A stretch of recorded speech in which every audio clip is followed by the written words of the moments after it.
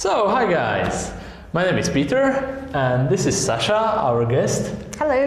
So, as in the previous videos, we have Sasha here because, first of all, she's our friend, our ex-colleague, and also she spent some 2 years in Australia. And we've asked her to tell us something about life in Australia and how it was. And today's topic is the one that I've been really looking forward to because I love cooking, I love food, I love everything food related. Right. And I'm really interested in their food culture and their food in general. So what are the similarities, what are the differences? What would you tell me about food in Australia? Alrighty, so as mentioned previously in one of the videos, food in Australia is most typically done on a barbecue, so it's most typically grilled or barbecued.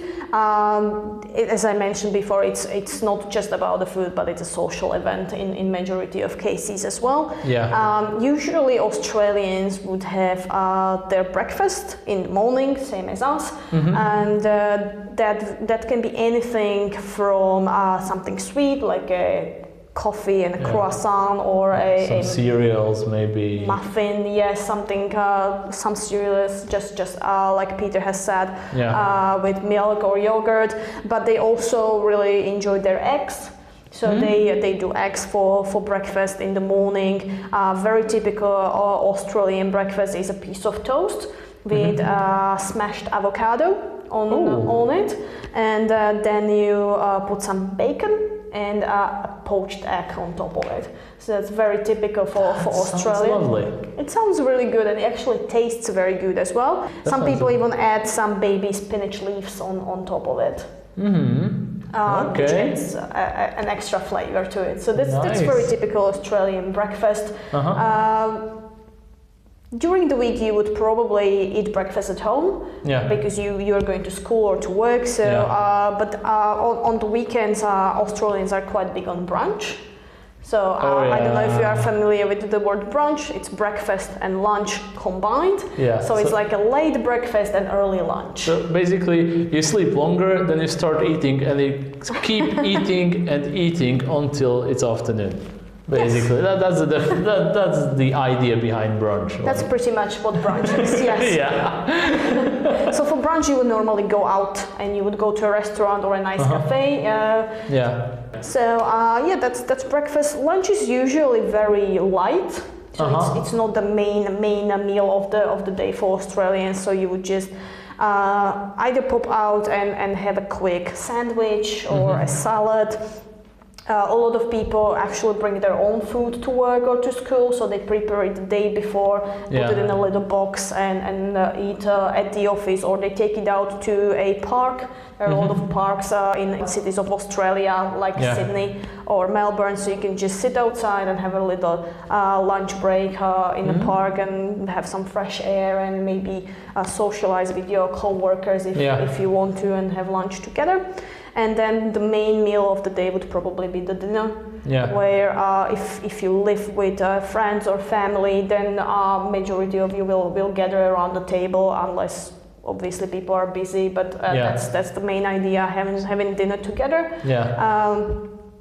People tend to cook at home because it's cheaper. So especially during the week, you would probably just have a home cooked meal, or if you are like me and you don't really fancy cooking or are not an amazing cook or chef, then there are ready made meals that same as here, they are frozen. And but they're actually not like taste wise they are quite good. They're not horrible or anything like that.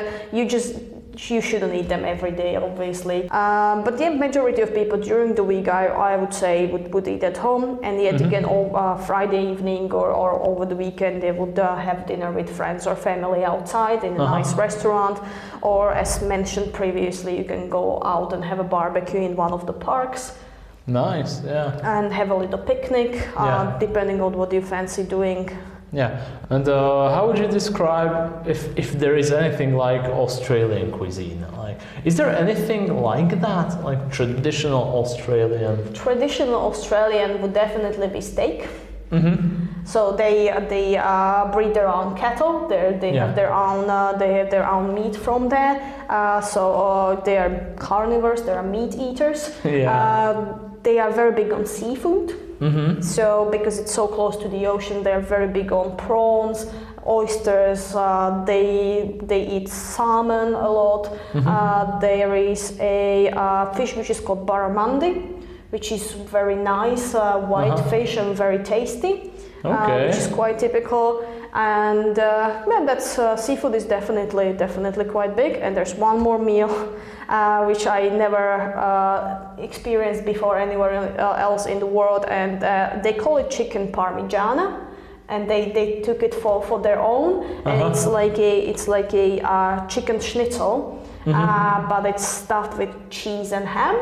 Oh. And they serve it with tomato sauce and some chips, and it's like your typical pub food. So if somebody goes out and they want a typical pub Australian food, that would probably be alongside the steak, the second most popular. And what about, because when you said that they are meat eaters, you mentioned cattle, which isn't like original Australian, type of animal. Do they also eat native or original Australian animals, such as the emus or the kangaroos, of course? Yes, so they do have kangaroo steaks, and they are actually quite tasty if they are done right. If they're not done right, then it can be a bit of a risk taste-wise. But it's similar to say deer or it's red meat, and it's got very, very little fat. I personally also tried crocodile meat, which was really interesting and quite different. And it was good. I liked it. I enjoyed it. And all sorts of. I don't think they would eat a koala though. That's like that's their national kind of animal. They wouldn't touch it. And it's probably even endangered, I believe. Exactly. So they wouldn't do that. They hunt down kangaroos because there's so many of them. So. Yeah, and so is there anything typical, some typical Australian products or food items that you'd recommend to us or maybe talk about?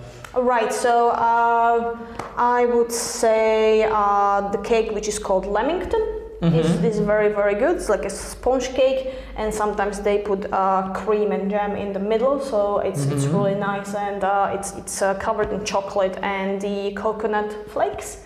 That's very, very nice. And then, of course, everybody who's coming to Australia has to try a national spread, I would call it, which is called Vegemite. Yeah, we actually have it here. We have some Vegemite here, thanks to Sasha. I will show you a detailed picture. And I have decided to be brave enough and try it. Right, so it's a very, very specific taste. Vegemite is a byproduct of making beer, actually. So it's full of vitamin B, and it's supposed to be very good for you. It's just the flavor is very intense. Okay, so and does it taste similar to the taste of beer, or is it something? It's much saltier. It's very different. I can't even compare it to anything because I have never tried anything like that in my life. So. Okay, so I have to say that I have opened it and it's really dark. It's terribly dark. But it doesn't actually, smell very, very bad. I mean, it's not foul. Oh, well, let's try. It's not bad. I've been warned to only try a tiny bit. Correct, yes. And I have to say that it does have a very intensive smell, aroma. So let's try a bit, and I will tell you guys about it. So it's very salty. That's the first thing that I have to say. It's very salty and very strange. To me personally, it's not horrible, actually. Good. It's not great either. It's probably not in my top 10 foods, definitely.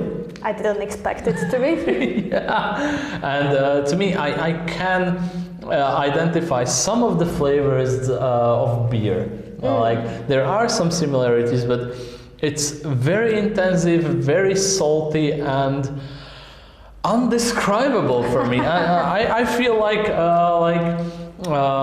I can compare it, I think, to having these vegetable cubes for making soup. Ah, right, yeah. I feel like, you know, eating this. Just this raw, powerful, concentrated flavor of something. But I don't know what. There's definitely some wheat in it, but yeah, that's all I can see. Definitely not my favorite thing. Probably if you spread it really thin on a piece of toast. That's how they eat it in Australia, yes. Yeah. So, and do they eat it just, you know, with the toast, or do they put something else and make it in a sandwich? Oh, they put it with butter. So if you put it on a toast, you put a little bit of butter and then Vegemite on top of it. They use it for sauces, like for meat sauces, not an extensive amount, just a tiny little bit. I had some pastries that contain a little bit of Vegemite as well. So it's fairly widespread. But the most common way of eating is on a toast. Yeah, but also for cooking good, and I can imagine it in some sauces, you know, or some soups maybe, if you want to add a little bit of saltiness and I guess something else. I don't know. It's just specific flavor. Yeah. Very specific, very salty. Not big fan, but I don't hate it. So I guess. Oh, that's good. That's something. That's something. Yeah. Okay, so that was fun. Thank you very much for this insight. Definitely thank you very much for this gift. I have no idea how we are going to use the remaining 3 Vegemites, but I'm sure we will come up with something. So once again, thanks for coming. You guys, as usual, please subscribe to our page and to our channel, and check out our Facebook, where we post some news, not only new videos, but also some things that are happening in our school. And check out our webpage, and I guess see you next week. So, thank you very much. Thank you, Sasha, for coming. Thank you for having me. And see you next week. Bye. Bye.